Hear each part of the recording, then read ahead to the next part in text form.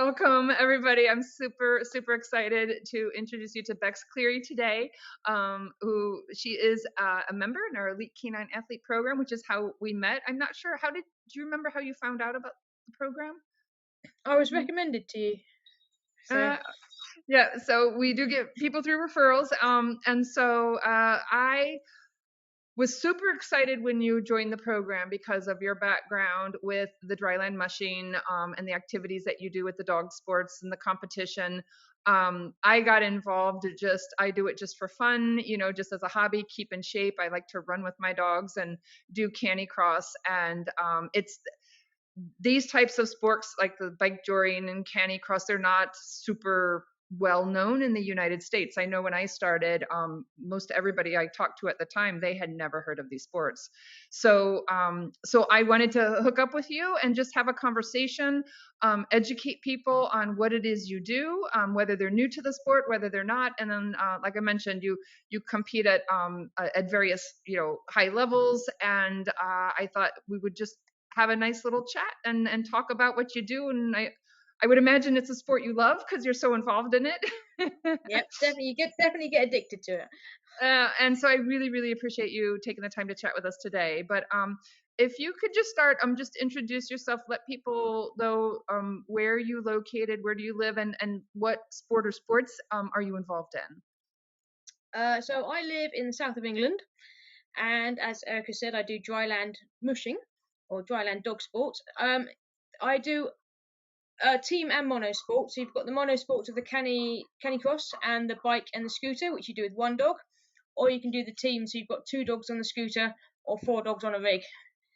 So I kind of mess around with all of those sports All of them. in one way or another, just keep myself a bit active. But yeah, I've been doing it properly since about 2018. But I've been doing canny sports with harness sports even. I don't know, for as long as I can remember. Oh wow, yeah. And so for those who don't, so these kind of different sports, we've got the bikejoring and the canicross, the scootering. They kind of fall under this umbrella of like the dryland mushing sports. Most people, I think, when they think of mushing, they think of the dogs in the snow. Yes, So yes, I do. those who, if they're thinking like mushing and they're thinking dogs in the snow and they're not familiar with these sports, can you just say a little bit about what is the dryland mushing or the mushing that you're doing when it's not on the snow?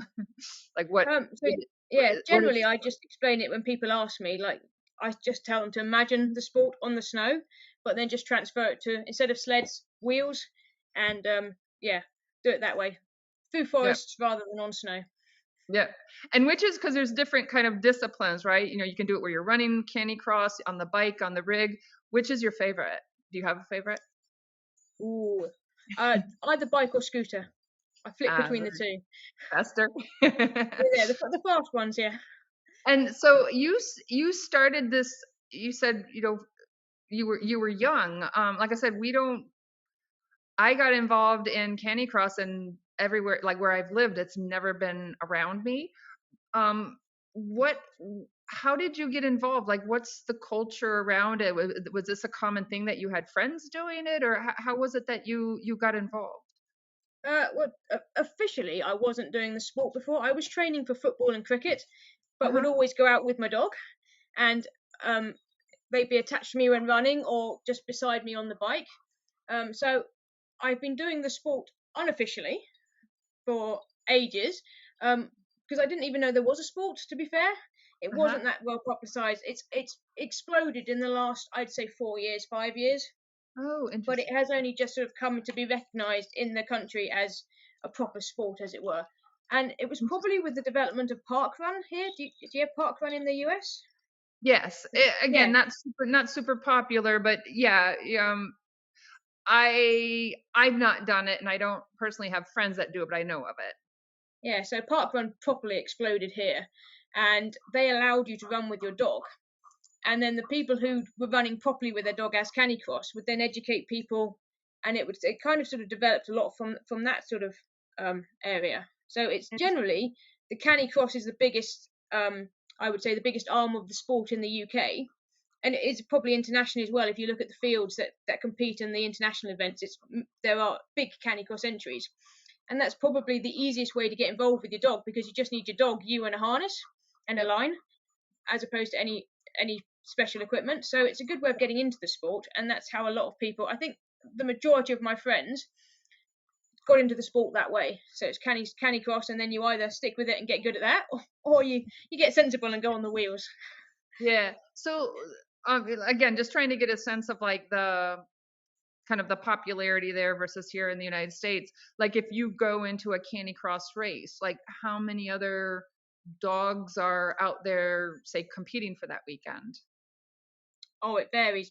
Yeah. So there's a lot of races here now that allow Canicross entries. They're technically human events, but they allow Canicross entries, Uh-huh. and they always sell out straight away. They usually have 30 entries, and those Canicross entries disappear straight away. The Canicross events, oh, there can be hundreds of Canicrosses. There's a big series here, Canicross Midlands, and there are, I don't know how many Canicrosses there, but there was a lot of Canicrosses. And all sorts of dogs as well. You have the ones what I have, like the hounds, but you also have the spaniels, collies, all sorts of what you would consider pet probably dogs. But they can all do it. They all love it. So Yep. And very and accessible.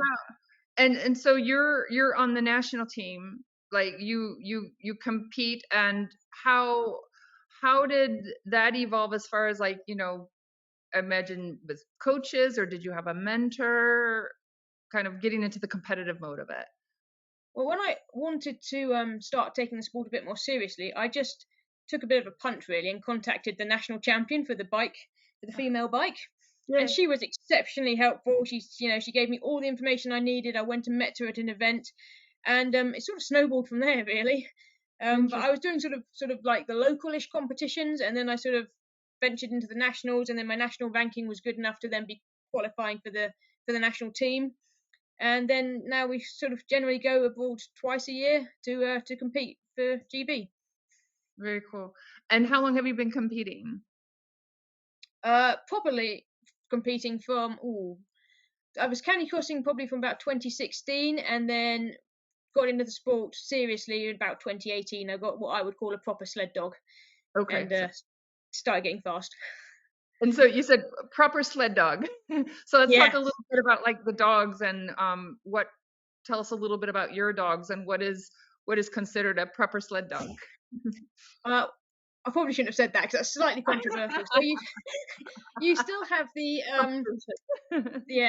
husky side and the Malamute, so what you would consider the traditional sled dogs, Yep. and they have their own sort of series here. They're not excluded from any series, but they like to have their own breed specific series that the newer breed dog isn't allowed into. I race the open class, and there's specifically bred dogs for that now. They're high percentage GSPs, but they have also greyhound and potentially Alaskan Husky in them as well. So you've got the speed and the stamina and the strength. That's the theory.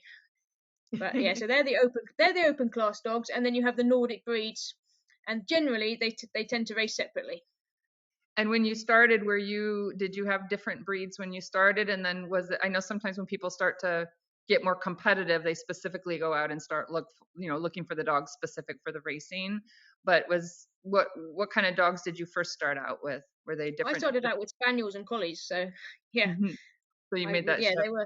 they're your typical what I would say pet dogs, but Yep, they yep, absolutely adored the sport. yep, yeah. And then you got the Then I competition bug. yeah. Then I was like, oh, I want to go quicker.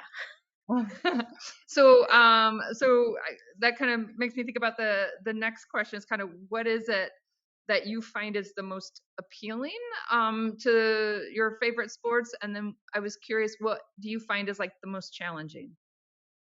I love the fact that it's you and your dog as a team. You are literally connected as a team, and if one of you's having a good day or one of you's having a bad day, you know you're affecting the other one. So I just love the fact that it is a proper team sport. You've got to have that connection with the dogs. A lot of people like to loan their dogs out and stuff like that. Mine will not run for anyone else. They will only run for me. If I give them somebody else, they will literally just sort of start off and then go, oh no, hang on, mum's not behind me, and they will stop. So I just love that part of the sport. Challenging wise, I think it's just getting over fear, because you are going pretty fast. on Yeah. off-road courses, and the trees come pretty fast at you. So it's just trusting your dog, really, and knowing that if something happens and you yell Yeah. whoa or stop, they will listen. Yeah. Yeah. And I mean, you kind of nailed it there because, like I said, I don't compete. I just, started like Canicross, just doing it for fun. And a couple of years ago, I went out and I like bought a bike, and the idea was to was to do the Yeah, bike journey. But there's that fear component because I'm not, I just like I have friends that go out and they do mountain biking. They got really good balance. They're I can ride a bike, but I'm not just out, put me on pavement. I can manage, but going on trails and going fast, like I'm not like skilled in that. yeah, and And you don't so get to choose the line you take round the corner either. The dog's choosing how you're going to go round that corner. You can't go, oh, there's a puddle there, and go wide. If the dog wants to go through the puddle, you're going through the puddle. you go through the puddle. So I Yeah. will admit that like I got my bicycle and I mean, I had every intention to be like, I'm gonna do the bike journey, and I'm like, maybe I'll do the scooter because I'm gonna be lower to the ground, and if I fall off, it's not gonna be See, as I bad find the scooter harder because the for scooter has a you. mind of its own. Just maneuvering it. So what would you like? So what would you recommend? Say somebody like me, where it's like, okay, I have a dog and I do the Canicross. Like he's okay. Like he'll stop, go. He knows right and left. Not like rock solid because we're usually on a trail where there's like one option right, one option left. But again, I am not confident on a bike like off road on trails, but I'm just when I watch these people doing bike touring, like I get goosebumps. I'm like, oh my gosh, I want to do it. But if somebody was wanting to get into it, attaching them and running and walking, you can start gradually and, build on the ground. But what would you recommend if somebody's like, the fear or they're nervous about, oh my gosh, like I don't know about being on the bike and attaching my dog to the bike. Um, what would you recommend as far as, because I imagine, like you said, it's a team. There's the human side of the training and there's the canine side of the training and then there's also the two of you together. Yeah. So I was wondering if you could talk a little bit about kind of that training aspect, and if somebody is not super skilled and they're wanting to get involved and maybe they're a little bit nervous about wait a minute, I'm going to attach a dog to me or I'm going to Yeah. attach a dog to my bike, like as far as somebody starting out or wanting to build more confidence, what would you recommend or what's your experience as far as developing skills separately, get super skilled on the bike first, then, attach the dog or find a dog that's already trained? What would you recommend? I would say definitely build up your confidence on the bike first, because if you're behind the dog screaming, the dog's gonna think, oh, you're loving it, we're going to go faster. So yeah, get yourself confident on the bike, or even just running. If you haven't run before, get yourself confident that you are able to run, but build up that trust in your dog, so that you know that your dog's going to listen to you. If you trust your dog, then you're going to go out there more confident that you have control, because it is scary. You've got a big old beast in front of you and they have a mind of their own. But if you know that dog will listen to you, that gives you a lot more confidence. Yeah. But start simple. That's the main thing. Even if you just go for 100 meters, just start simple, get yourself confidence, build your confidence up gradually, and then you'll be good. Yeah. That's a good point. Cause like if you have total faith in your dog that like when I say right, you go right, or when I say stop, you're gonna stop, or when I say slow, go. Yeah.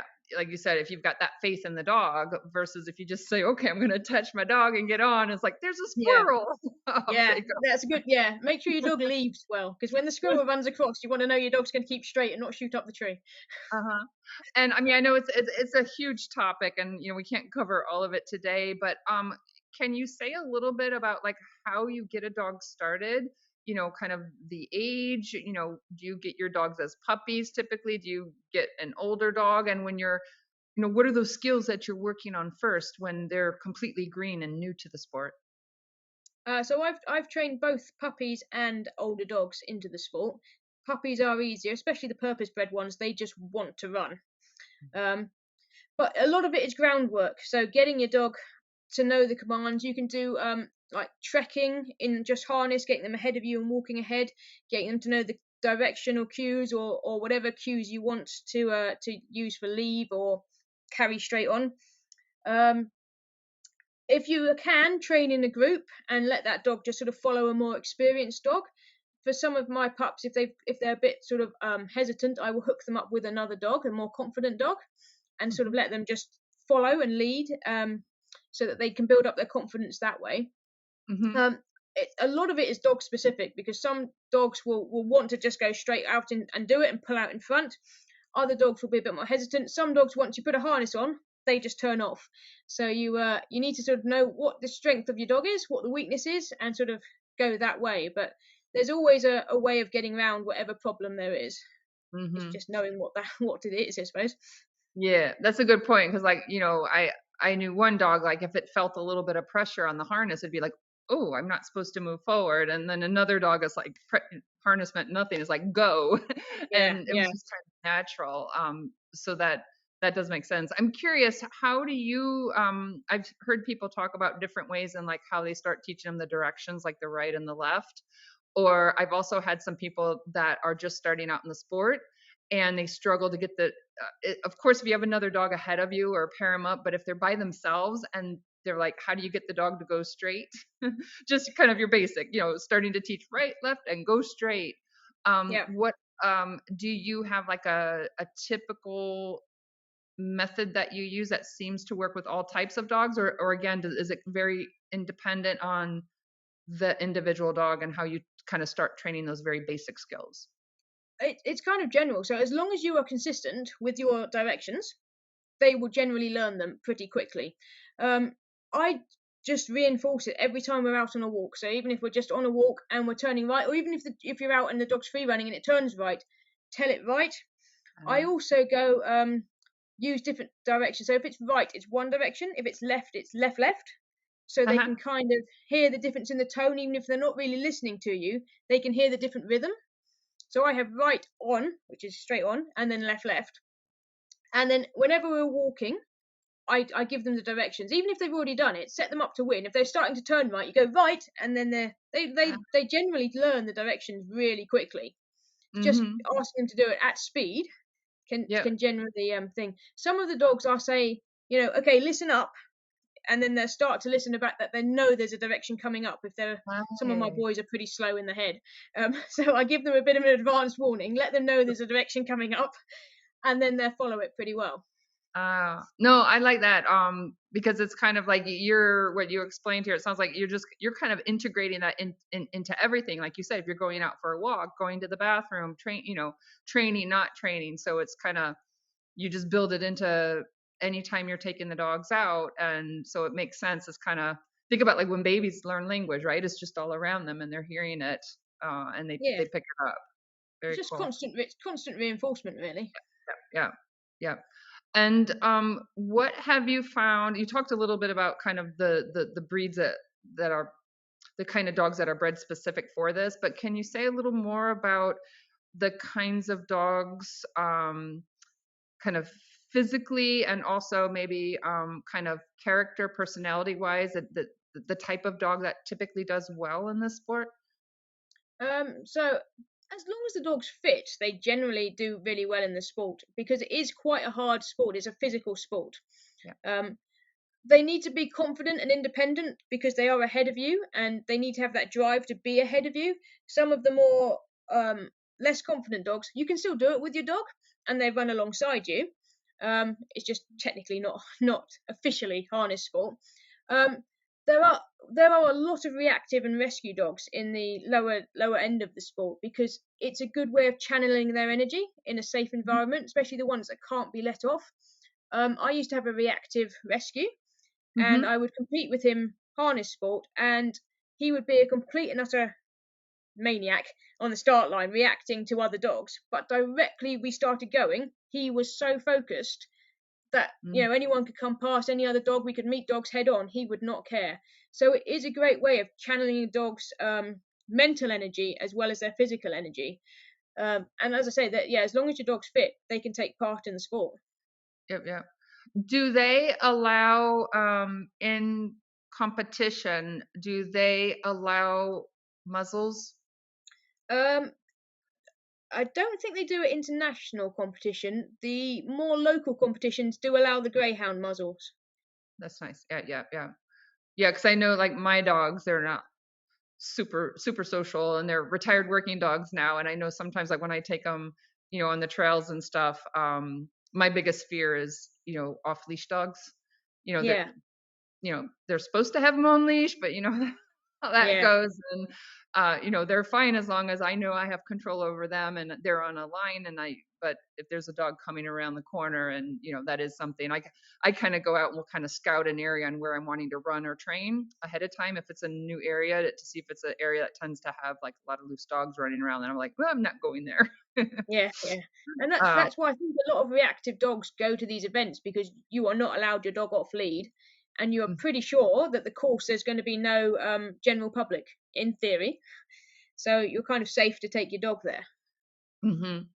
But yeah, there's a whole other aspect of like when you're passing other Yeah, dogs. And yeah, I would think just the comfort level, some people were doing it, and it would be nice, a great opportunity to get these dogs out in that kind of environment. But yeah, I remember seeing something online. I believe that there were some instances or some countries where because I've seen people in competition photos, I can't remember what country, where their dog did have a muzzle on, but I'd heard somewhere, like you said, maybe it's the international where the muzzles aren't allowed. yeah. We definitely allow them at local events.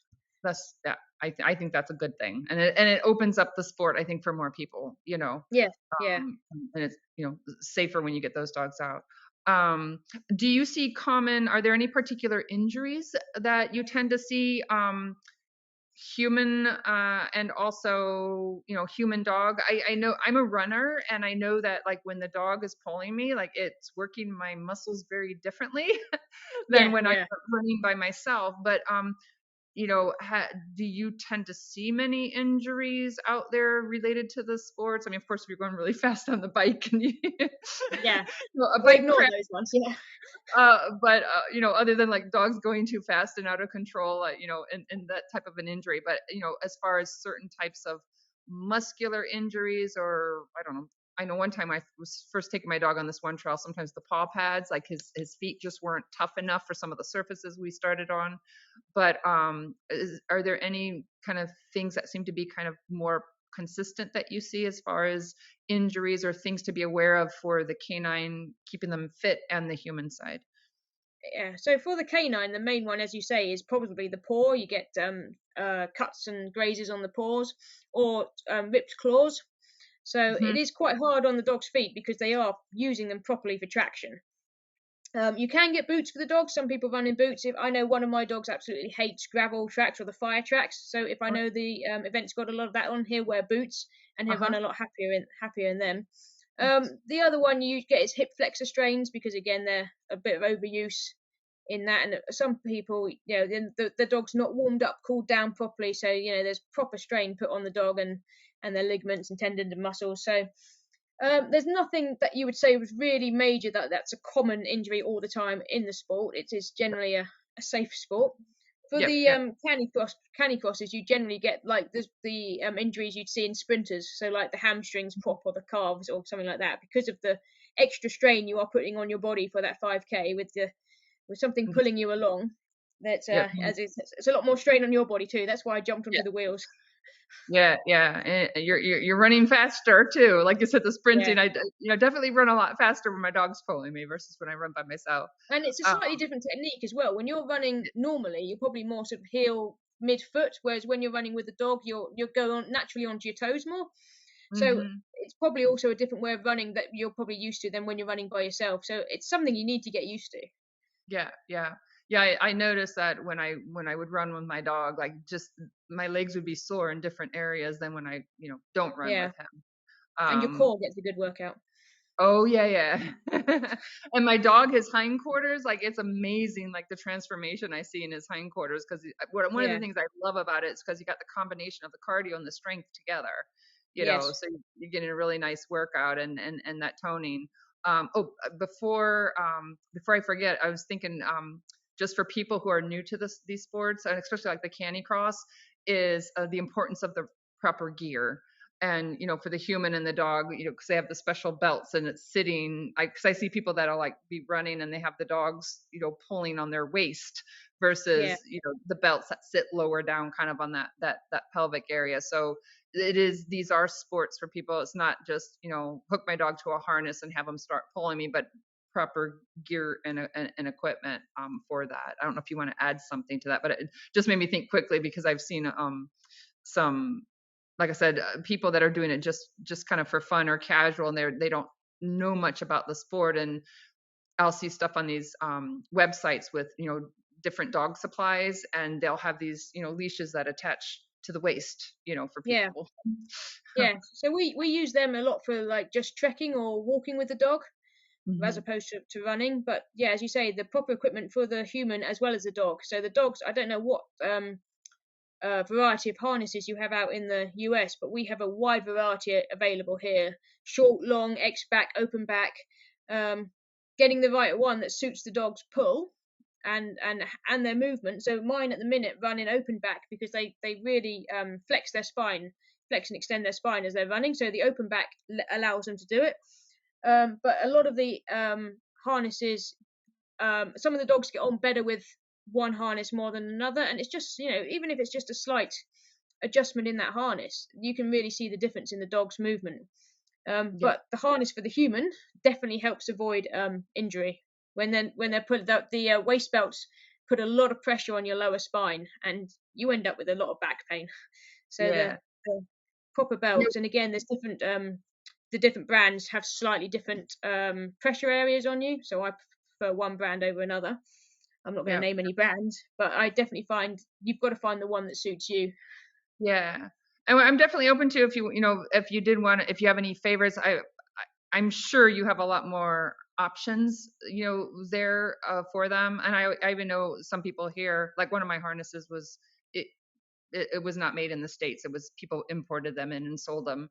But yeah, if you have any, resources, whether it's places to go for general information or trusted places for equipment, even if it's just like, over in the UK, we can always kind of include some links for people if they want to, get more information. But what I would recommend, like when I was starting, I was nobody around me was doing these sports, and so like I found a group online with a lot of very knowledgeable people in there. And so I was like, I had no idea, what kind of harness and proper fit and all of that. So I turned to people that were experienced and asked a lot of questions, and then talked to the people selling the harnesses. And then I knew that some, even though that harness might fit well for one Malinois, doesn't necessarily mean it's going to fit well for another Malinois. Yeah, So, yeah, yeah, so I would recommend definitely, number one, if you have somebody who's knowledgeable to kind of guide you through the process, but don't be open to possibly needing to try some different harnesses, and not just, oh, I'm going to grab that harness and that's what I'm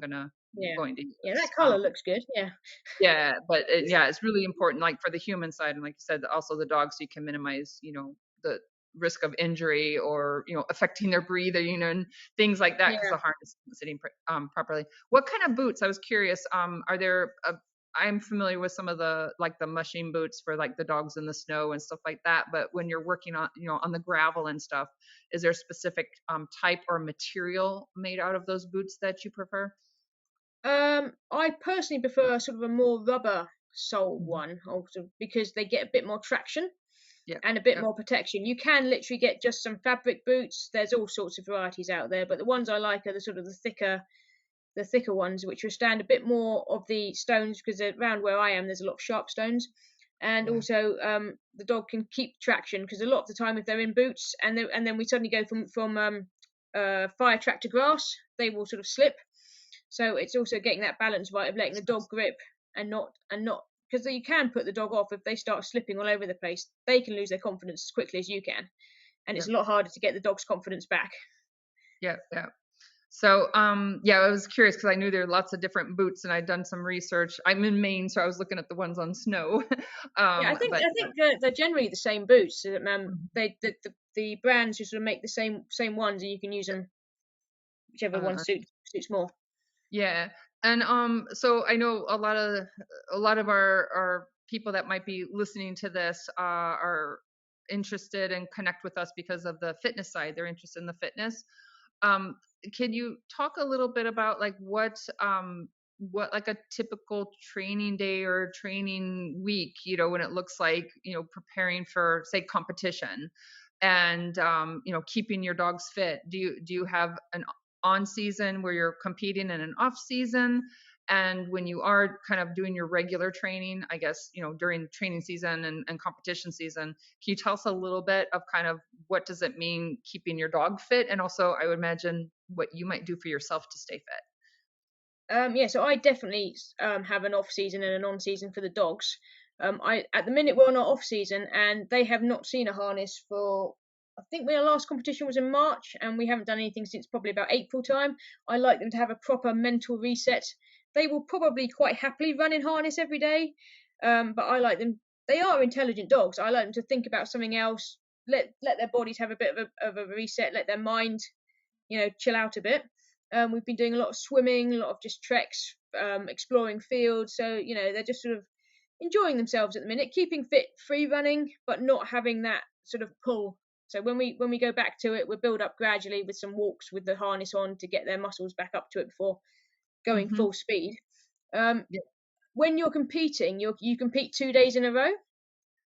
So I will, as we get nearer the competition, first competition, I will probably have them working 3 or 4 times a week in harness, Mm-hmm. and then as we get nearer the first competition, have them doing 2 days in a row, so they get used to doing back-to-back training days.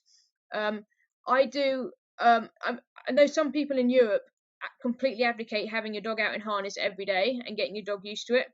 I'm more of a fan of free running and letting them do like sprint training that way or interval training free so that they can get a proper top speed up. And I do believe that helps with their top end speed if they get free running. Um, we tend to train. It's called train heavy, race light. So when we're training, we don't generally go full speed. We're sort of on the brakes a bit more, so the dog's having to work Mm-hmm. and pull, and it helps develop their muscles a bit more. So it's more sort of strength training. We will I do on the bike as well full speed workouts, but a lot of the time we're sort of doing a bit more resistance work. I see. So you're helping the dog's muscles and joints strengthen a bit more, which is good when you're doing the competition because it does put a lot of strain on them. Yep. Yep. And what about distances? Can you say a little bit about the distances you race and distances you train in? Like, do you train the same distance you race, or do you like train doing longer distances and then race day it's a shorter distance? What's the distances look like? Me and my training partner generally sort of probably what you'd call undertrain the dog. So the races are around about 5k in the UK. They could be 5 to 8k in Europe. We don't generally have enough space to go over 5k. Hmm. So we'll train the dogs generally sort of 3k, 4k, and make sure that they're keeping the speed for that time. And then they're finishing strong. We don't want them to finish tired. And then they'll get their endurance by longer free runs or something like that. Not saying we don't ever train the full distance, but we generally train underneath just to keep the dog's enthusiasm up, leave them wanting more. Um, we do sometimes go over the distance as well, but as I say, in the UK, it's hard to just find the tracks that allow you to do that. There aren't that many sort of over 5k loops you can do. Uh-huh. So yeah, we generally train just below the distance. Yep. Yep. And so it sounds like kind of you do and appreciate a lot of the kind of the cross training, like you said, with the free running and the swimming and also the harness training. So it sounds like a nice kind of a mix, high intensity, and sounds like a kind of a nice cross training plan that you go with. Yeah, we think it does overall fitness rather than just having them the harness sport specific fitness. Give Yeah. them the overall fitness, which will benefit them generally, and also it keeps their enthusiasm high for the harness work, which is always nice when your dog wants to do it. Yeah. Yeah. Yeah.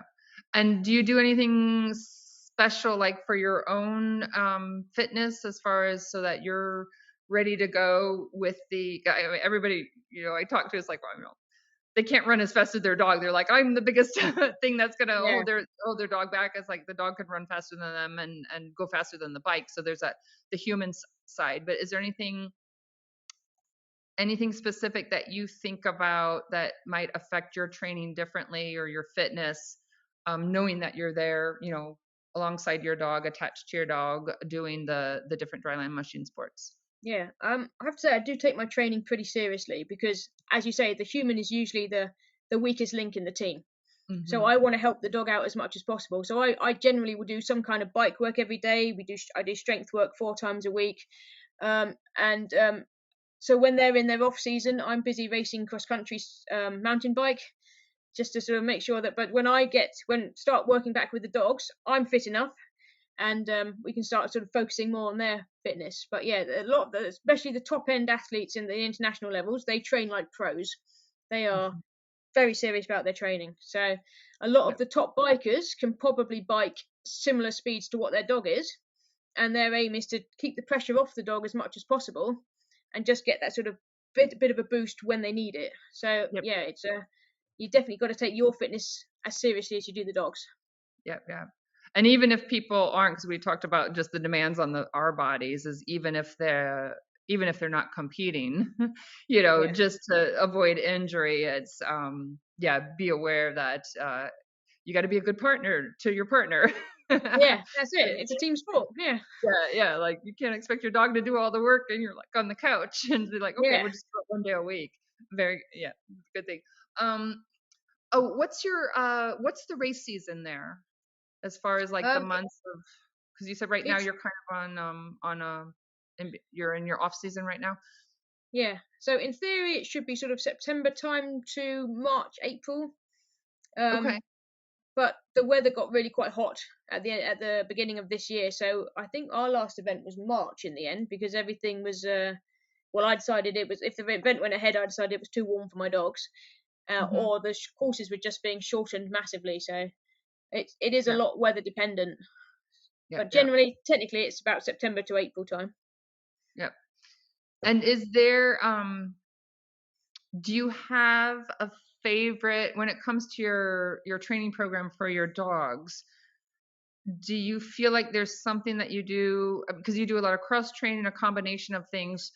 Do you feel like there's kind of anything that is kind of like your where you get the most bang for your buck? That seems to be one of the most effective things that you're like, this is a core to my training that, really makes a huge difference. It might be the cross training itself, but if there, might be a certain aspect to the training that you do that you think is just you found to be really effective in getting your dogs tuned up and ready to go for competition. I'll tell my rivals what the good thing is. No, I think I think it is more keeping the session short so that you are leaving the dogs wanting more, as opposed to like some people that they train 5k, your dog gets used to running 5k, and directly you get to 5k they stopped, They know. and they know how long that is. So mixing up the distance, mixing up where you're training, and not letting your dog go stale really. They Uh, are, as I say, intelligent creatures. If you run the same loop every time, they'll learn which is the hard bits, which bits are you struggling on, so they're sort of back off a bit more because they don't want to yeah, help you out up that hill or whatever. yeah, So yeah, yeah, just keeping it fresh, I think, is the main yeah, thing. yeah. That's interesting because you're kind of thinking on the fitness side, but we shifted to the mental emotional Yeah, side of the dog, right? It's like, well, yeah, there's all these things we can do to make our dog faster and stronger, but it's interesting the one thing that you emphasize there is it's not that it's that emotional mental side of things. But that's a good point. I've known I've had some people where I was helping them build up some fitness programs, and there were some instances where they felt like the fitness level just wasn't good enough. They're like, I need to improve my dog's fitness level, and I'm trying to get my dog to run faster. And when they started to explain what was happening, I was like, it doesn't sound like it sounds more like a motivational thing, not so much we need to go out and run more with the dog and get the dog faster. But that is sometimes with I've had a few people come to me and they felt like it was a physical training issue and getting the dog physically to get faster. And I remember one person in particular, I was thinking like it was more, let's mix up that training more and do it. Cause I think they're pretty regimented in what they were doing, the same type of distance, the same type of training, even the same places, like the same yeah, location. They were always training in the same location. So yeah, you can kind of get that yeah, like you said, if it was me always doing the same thing all the time, the same distance, the same place, it's going to affect it. Yeah, very cool. One, I had a list of questions. I think I hit all of them here, but I had two last questions. One is recommendations for somebody who's wanting to either get started and learn more about these sports. And then if somebody is, say, competing and they're already involved, but they want to take it to the next level. So kind of like the novice, the person just starting out, any words of wisdom, and somebody who's already doing it and they just, they're wanting to get better in competition. So if you can, there's a lot of clubs and stuff around the UK. If you can, if you're in the UK, find your local club, because they have like a kit bag. You can try out all the different harnesses. So you don't have to sort of throw your money away and find out your dog doesn't like the sport. And also getting started within a group. Dogs generally prefer that, sort of following the pack, as it were. Yeah. If you're not got anywhere local that has a club, then Facebook has an awful lot of groups that they have a lot of knowledgeable people in them. Obviously, with Facebook, be a bit wary of some of the advice you get, but there's a lot of knowledgeable groups out there. And if you find somebody within the sport, novice or as a more experienced one, we generally love the sport and we want to share it. So we generally want to talk. We'll talk to you forever about our dogs and how to get involved in the sport and how to improve and everything. So just approach somebody within the sport. There's loads of competitions in the UK. Again, in the US, I've seen quite a few on the Facebook side. Yep. So yeah, approach somebody, and they will either put you in the right direction or ask, say who to approach, or they give you advice themselves, because we just love to promote the sport. Yep. Yeah. That's kind of what I did. I started out, there was nobody around me. So it was actually a Facebook group over in the UK and there were very knowledgeable people, and they gave me, even tips on, harnesses, equipment, what kind of bicycle to get, even though I haven't attached my dog to it yet. But yeah, I got to listen to all their advice. And then I also, in the United States, we have the U.S. Federation for Sled Dog Sports. And I got interested. Like I said, I wasn't like out there competing, but wanting to learn and get involved in the sport and help promote it. And I joined the organization. They had a Facebook page, and I did find that people were super helpful and friendly, and people that competed at the international level. I could shoot them over and ask a very beginner newbie question. They were very happy to share their knowledge and stuff. So I would encourage people, you might not have it locally, you might not have anybody that you can go and drive to, but there's so many great ways to connect with knowledgeable, experienced people nowadays with virtually and stuff like that. That's how I got started, was connecting virtually with people overseas, over in England and stuff like that, giving me tips. For somebody who is just wanting to up their game, maybe they're kind of feeling a little stagnant and they're wanting to improve themselves and their dogs in competition. Is there any recommendations or words of wisdom you might have for them? If you're at an event, whoever's in your category, approach whoever's coming above you and ask, if you've got anything, you've seen me race, have you got any sort of tips that you do?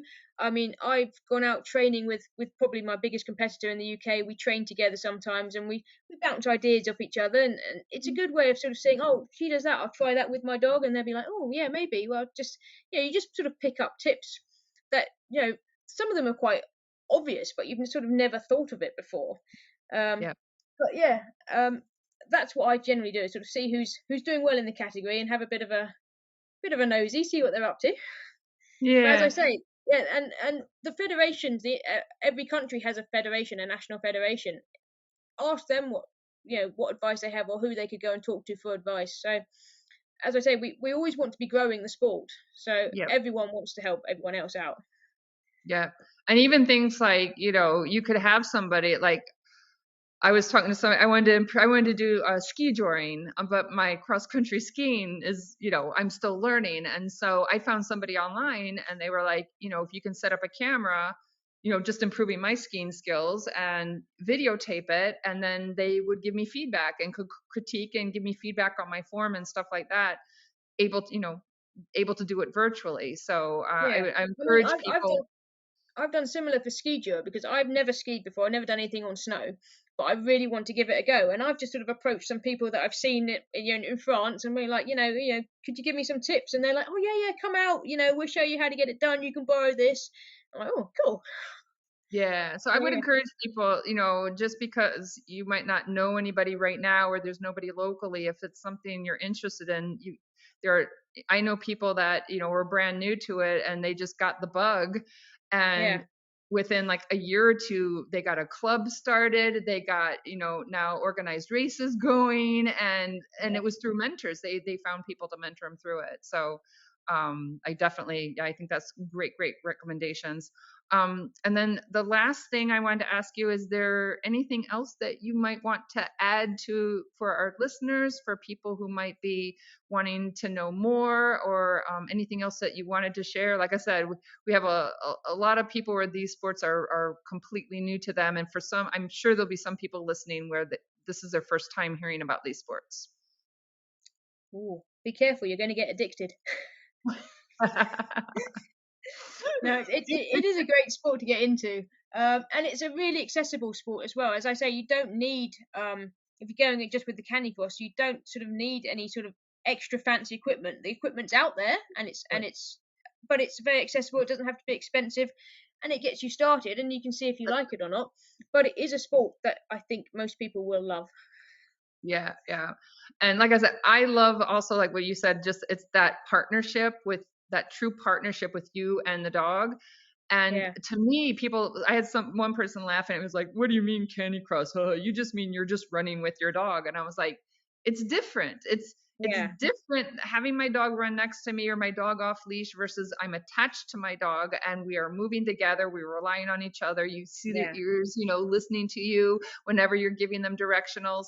And I've tried to explain to people who've not done it. I'm like, it's just a completely different feeling. It's a yeah. different relationship you have with your dog when you're doing that. And I love And it. the I amount the amount love of people that go, "Oh, you're cheating," um, it. and then you attach them to the dog, and they go, "Actually, no, that's not cheating. That's hard work." Yeah, So yeah. But yeah, it's it's yeah, anybody who likes to just get out and move and be active, it's like, you love dogs. It's a wonderful thing to get out, and you don't have to be competitive. You don't have to be super fast. You can start, like you said, going out and walking with your dog, and giving them experience and going forward, going right, stopping. yeah, So that's the great thing, is you can go at any level. And also, I know some sports out there can be like not very welcoming to newbies. yeah, But I have found, at least my experience with these sports, it's been a I have found that it's been a very, very welcoming um audience to bring in new people, to educate, and to be supportive. And I know some people that are in some dog sports that they're probably hoping and needing a change from the politics. I don't know if we don't have to elaborate and go yeah, into that. And I'm sure anywhere you go, there's the politics. But I did find, being an entry point, I had nothing but positive experiences with people that I reached out and giving me advice and support. So I think that kind of goes along with your examples of reaching out to people and asking, getting your mentors and stuff like that. So very cool. Well, thank you again so much for joining us. I'll be sharing this, and if people have any questions, are there any? You mentioned a international organization, or if somebody wanted to reach out, if they're in the UK, could reach out to you as far as yeah. contacting? Is there organizations that you would recommend them to check out, or where to find you? So I generally am on social media under B6 SportDogs. I don't generally have a private account, but there's quite a few team accounts on Instagram and Facebook. If you reach out to any of them, they will pretty much get back to you with any information you want. In the UK, we've got two good stores. We've got Canine Trail Time and Sporty Paws, who are really free with their advice if you're interested in buying any sort of harnesses or equipment. They are really helpful with actually pointing in the right direction, what will probably suit your dog, what size, how to measure up your dog. So yeah, there's lots of information out there. There's not a lot if you Google it, but if you go looking around on social media and ask people, Yeah, yeah. there's a lot of helpful information out there. Awesome. And then if they're not like in the US, or they're not in the UK, if they're wanting to find out what their, you have the federations and we have the US Yeah. Federation for Sled Dog Sports, but the name of the national organization, or where they might want to go to see, like in their country, in their location, what is the connection, and where they would go for that? So there are two national federations. There's the IFSS, which does the team and the monosports, and then there's the ICF, which only does the monosports.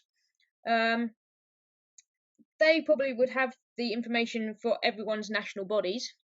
If not, generally, people the ones who compete internationally generally know somebody from a different country, for most countries, that will Yeah. be able to point people in the right direction. So Right. again, just reach out. People will help. Yeah, I think we'll throw some links up for people. So if they want Yeah, to, do some cool. browsing, I definitely did some Google searches, but I found like social media, Facebook, and connecting with the humans Yeah, is the best way to go. So again, thank you so much, and I'm so grateful for you taking the time, and enjoy your time during the off season, and best of luck in the competition season, and we hope to hear from you again. yeah. Thank you very much.